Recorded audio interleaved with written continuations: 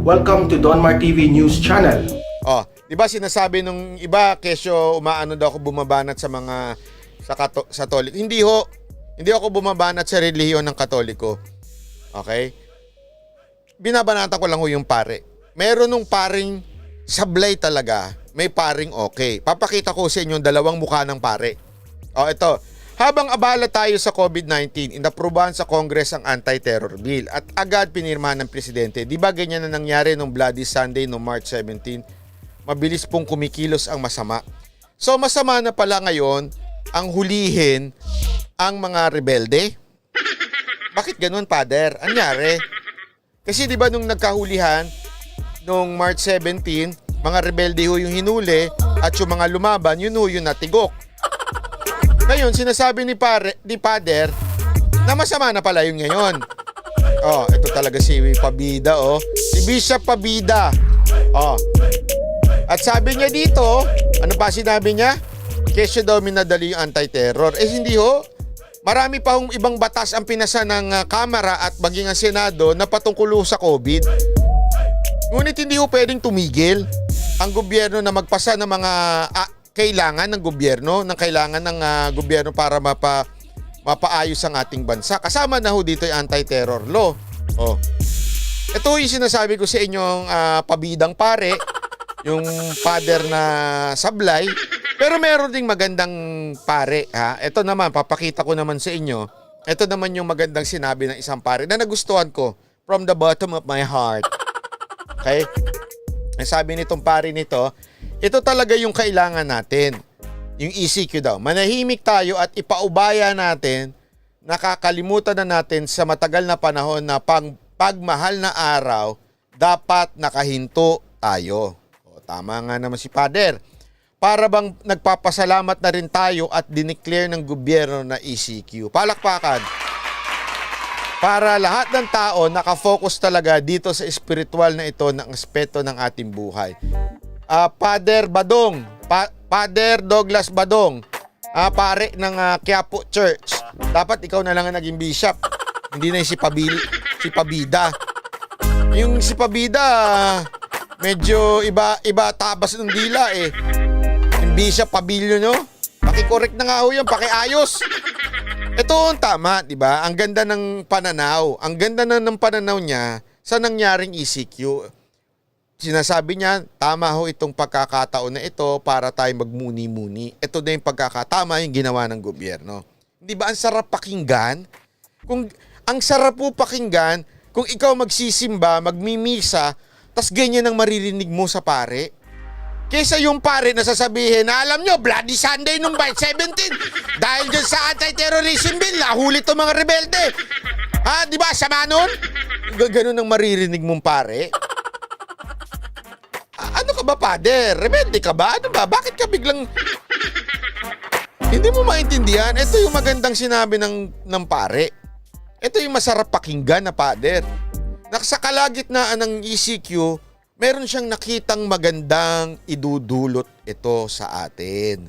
Palakpakan natin si Father. Father Douglas, maraming salamat po. Ito, dediretsuin ko na ho kayo. Meron nung pumabanat ho sa akin na hindi, huwag na nating pangalanan. Sabi ko nga ho sa inyo, naintindihan ko naman. Kasi ho, tinamaan ho natin yung kanyang gustong Pangulo. Okay? So, tinamaan natin yon. So, hinahanapan tuloy tayo ng iba't ibang issue para maging masira ang credential natin o yung ang tawag dito, yung ating para mabiyak niya yung paniniwala ninyo sa akin. Parang ganon. So, sinisira niya yon. So, naintindihan ko ho. Ulitin ko, naiintindihan ko kung saan siya nanggagaling. Ang akin lamang po, hindi ko na ho sasagutin isa-isa ang kanyang paratang. Bakit to? Ang paratang ay paratang hanggang walang ebidensya. Yung ebidensyang pinapakita ay paratang pa rin. Hindi po ho yun tunay na ebidensya. So, hindi ko credibility yon. Thank you very much. Nasa dulo ng dila ko yung credibility na word. Okay? So, ayoko na hong sagutin isa-isa. Ang akin lamang po etong Saturday, Sunday, iniisip ko na maigi. Kasi meron na akong pambara. Sa totoo lang meron na akong pambara. Isang ganun kaya kong barahin, tumba ito, tulog ito. Kaya lang, I respect the person so much. I love the person so much that I will never do that to her. Kahit ba kung ano-ano nang ibigay na paratang sa atin, I will never do that. As a matter of fact, sinasabi ko nga sa inyo mga banateros, wag ninyong aawayin yung tao. Okay? Wag na wag po.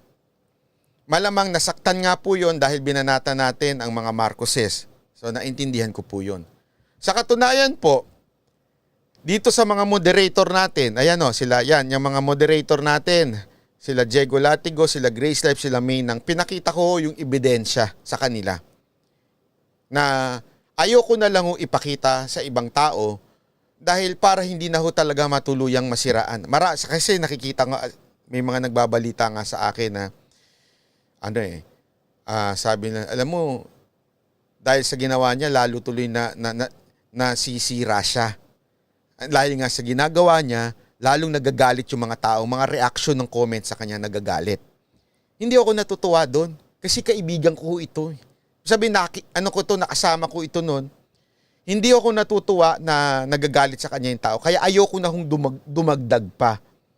Dahil kung papatulan ko pa po, lalaki lang, okay? Hindi lang tayo magfo-focus sa balita kasi the vloggers, the social media influencers should not be the news.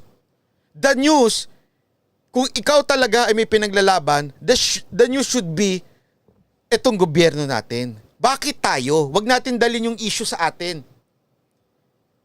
Kung may paratang ka na sa tingin mo illegal, edi sampahan mo ng kaso. Yun ang tama.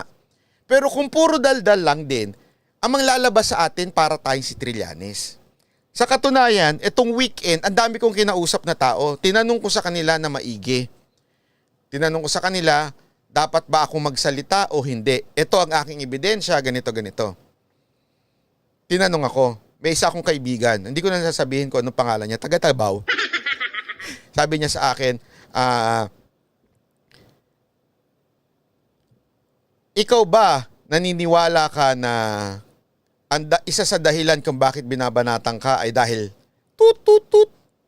Sabi ko, oo. Ngayon, may intention ka ba na banatan yung tao para magalit yung tao sa kanya? Sabi ko, wala. Wag mo nang sagutin. Naintindihan niyo ibig ko sabihin? At the same time, eto, magalit na ako kayo, pero isa ho iyan sa talagang pinalalangin ko sa Panginoon. Sabi ko, sasagutin ko ba ito o hindi? Kasi may parte doon na iniisip ko, baka sirain talaga ng credibility ko nito, itong tao na ito, baka sirain yung pagkatao ko. Kasi nakikipag-struggle ako eh. Alam mo yun, nagpe-pray ka, nag-struggle ka sa Lord. Lord, ano ba to? Sa totoo lang, panis to. I mean, wala akong biro Ito ang laman ng puso ko noon. Sa totoo lang, sabi ko, Lord, kung barahan at barahan, naku po, durog sa akin to. Isang labas ko lang na isang ebidensya, durog sa akin to. Kaya lang, ang sinabi kagad sa akin ng Lord doon durog yung tao. Na-redeem mo yung pangalan mo. Pero, ano nangyari? Di ba? So, panalo ka, you gain the whole world. Tapos, Lord paano yun? Masisira ako sa tao Alam mo yung ganong struggle sa heart mo. Lord Pinaalala tuloy sa akin ng Lord na, ako nga nasira nung panahon na yun.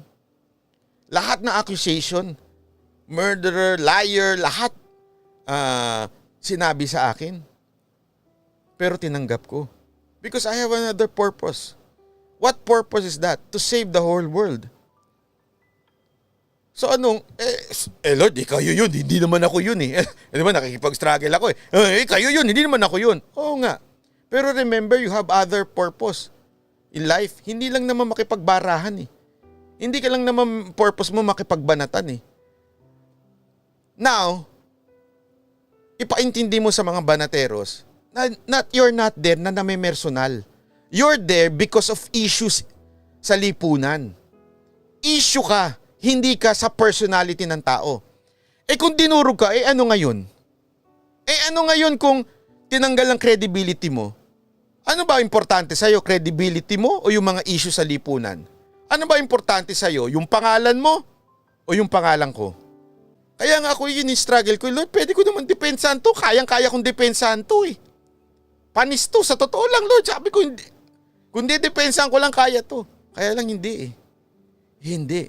It's better to keep quiet. Hayaan mo na lang. Sabi nga nila, ipasa Diyos mo na lang. Ano ngayon, kung masira ka, di sira ka. Tapos ang usapan, sira ka.